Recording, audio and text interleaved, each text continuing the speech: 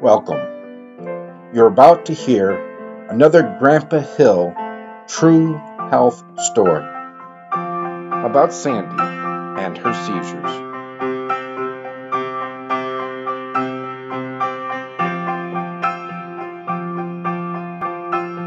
Today, after Mass,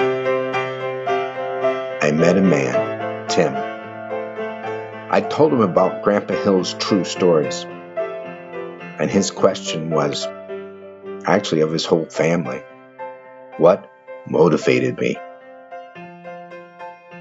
If you listen to the story so far, you know part of the answer to Tim's question. In one of the stories I've told, a man prayed with me, and the result was sharing and a wonderful turnaround for my daughter that had that torticollis. Then there was the lady I used to work with. She shared her grief with me, and I shared my opinion. That was in the story of why did I say that about her baby. I was moved to tell her that her baby had not died as thought.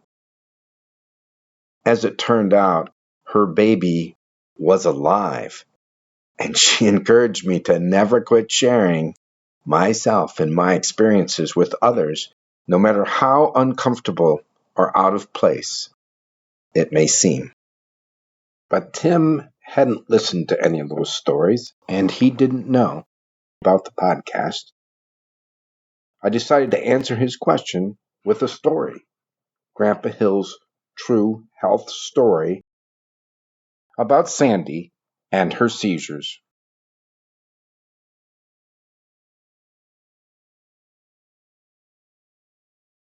I was to talk with Dean about his wife's seizures. I am not a doctor by any means, just a good thinker. I do a lot of thinking about epilepsy because my wife has epilepsy. Being a good problem solver and critical thinker, I think that I can, with the grace given me by my Maker, that I can actually bring about a cure to my wife's epilepsy. In this true story, Bernadette, my daughter-in-law's mother, was at a family gathering, and I was at that family gathering too. And with 22 grandchildren, sometimes, I don't always remember if it was a birthday or a baptism. But in this case, I think it was a birthday party. And she told me about Sandy. That would be Dean's wife. She was having seizures. Because she was having seizures, and Dean was facing tough decisions about how to care for Sandy, Bernadette thought I needed to talk to Dean. Well, I didn't talk to Dean right away. The case for Sandy looked very bleak. I was told she started having seizures, then it went downhill from there. She was now facing long-term nursing home care, not recognizing much, not speaking, and not aware or understanding what was going on. She was essentially bedridden. To make everything a bit worse, it was during COVID, and Dean couldn't be with her in the care facility. Then there was another family gathering, and again, Bernadette urged me to talk to Dean. I agreed to talk to Dean. I really didn't know how this was going to go, but I also knew I better talk to Dean. Dean and I met at a square dance in Salzburg, Pennsylvania, out on a farm. I got to hear Sandy's story. She had started to seize. She was incontinent when she seized.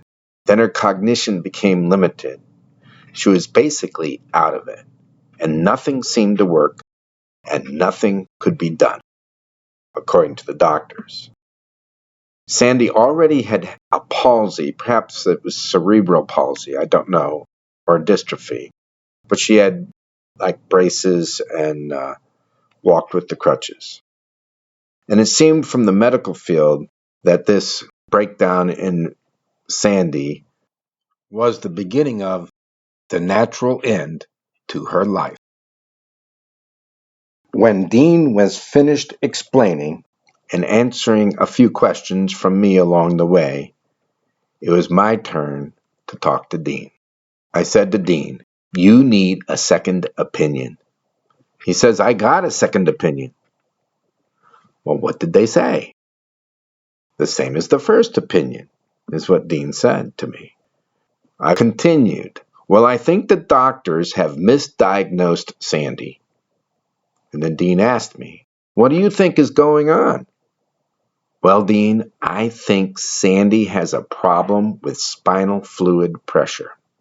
This sparked an immediate comment from Dean. That's what I thought, and that's what I told them. They said, "No way, nothing to do with her issue." Well, Dean, you need a third opinion. That was pretty much the end of that discussion. A few months later, I saw Dean again. We were at the square dance. He was eager to talk to me about Sandy. He proceeded to tell me he had called the Cleveland Clinic hotline. It's a couple hours from where we live. I explained the gist of the situation to the neurologist at Cleveland Clinic. The neurologist answered over the phone, "I think your wife has a problem with spinal fluid pressure. I have a doctor for you to talk to at UPMC, and he should be able to help Sandy." Dean got the name and went to work on it. Sandy's spinal fluid pressure was found to be high. Her shunt that was in her head to drain spinal fluid out of her head needed to be replaced. It was replaced. Then she got an infection. Then she was back in the hospital. Then Dean flipped his phone open and said, "Here, have a chat." And I picked up the phone, and it was Sandy. Sandy was talking. She had cognition. I was talking to her. Her voice wasn't real strong, but she was definitely coherent and happy and hopeful. Another couple months went by, and I was at another square dance. There she was, Sandy with Dean, sitting in the barn, listening to music. Sandy and Mary Lee, my wife, were just talking up a storm, which is what they would normally do at a square dance. Dean and Sandy think I had a lot to do with Sandy making it through this terrible, desperate problem that had started with seizures. Bernadette also is thankful and grateful for how it all turned out. I think back about this situation like all problems and try to understand why did things turn out right and how I could have done a better job. A big part of why it turned out well is Dean's love for Sandy and that Dean was thinking.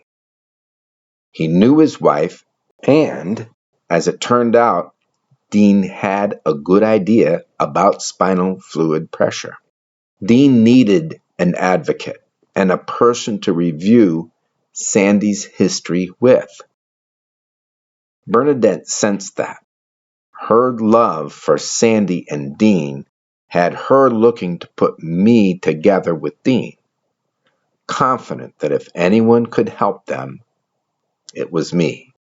My love for my wife and my devotion to curing her seizures had recently had me on the internet researching seizures and spinal fluid pressure.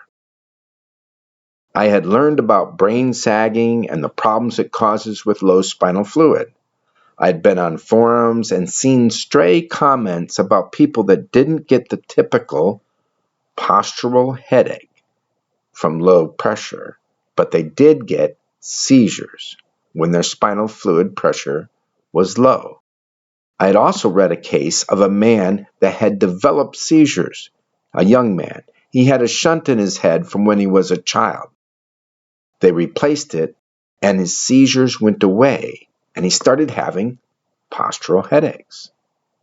Eventually, the doctors learned that at a different setting of the shunt, the seizure and the headaches would be changed. Restrict drainage, raise fluid pressure, get seizures. Increased drainage, lower fluid pressure, get postural headaches. For that young man, they found a balance of very few seizures and very few headaches. This is what I had been studying when I was finally getting a chance to talk with Dean. We have always thought that whatever we learn on the journey of curing Mary would be helpful to others, whether we get a cure or not for Mary. My commitment to Mary Lee's epilepsy put me enough in the know to apply my skills and develop a coherent and valuable opinion about Sandy's condition.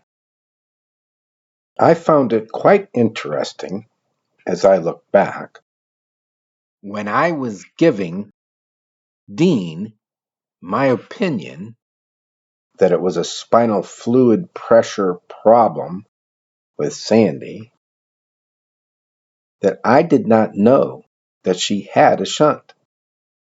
I just had been doing this studying and understood that there was a relationship between spinal fluid pressure and seizures. So that's the answer to Tim about why we are doing this podcast. What is the motivation? To share these true experiences that we've had is that there will be a lot of people that will be feeling better, they will be healthier, they will be happier, and they will be holier. So things like this ordeal, Sandy really benefited. Dean, happy. Bernadette, grateful, understanding, thankful, and sharing this story with other people. The doctor that addressed the situation feels like he saved a person's life.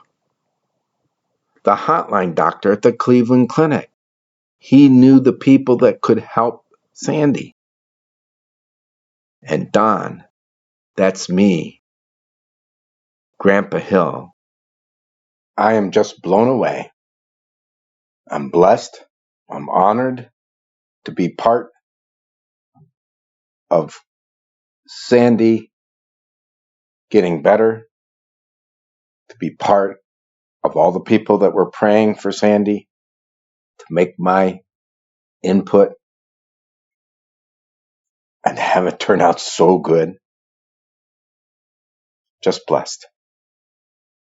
Joyful. It's hard to say exactly how I feel. Thankful that I could help and that I was prepared to be able to help. I wished I'd helped sooner and faster with no hesitation. So those people were all helped by this situation. Then there were also all the families of those people, all the acquaintances of those people that were directly involved with this experience. And then anyone they share the story with. And now with the podcast, there are all the listeners that can benefit from listening and acting for themselves, or sharing this story, sharing the podcast with another, or sharing their own story that they get motivated to help other people. You see, the point of the stories and this sharing is to share and care about each other. I encourage everyone to act effectively, to improve your health and the health of those you know, and laugh a lot, and live abundantly. Until the next Grandpa Hill's True Health Story, Shalom.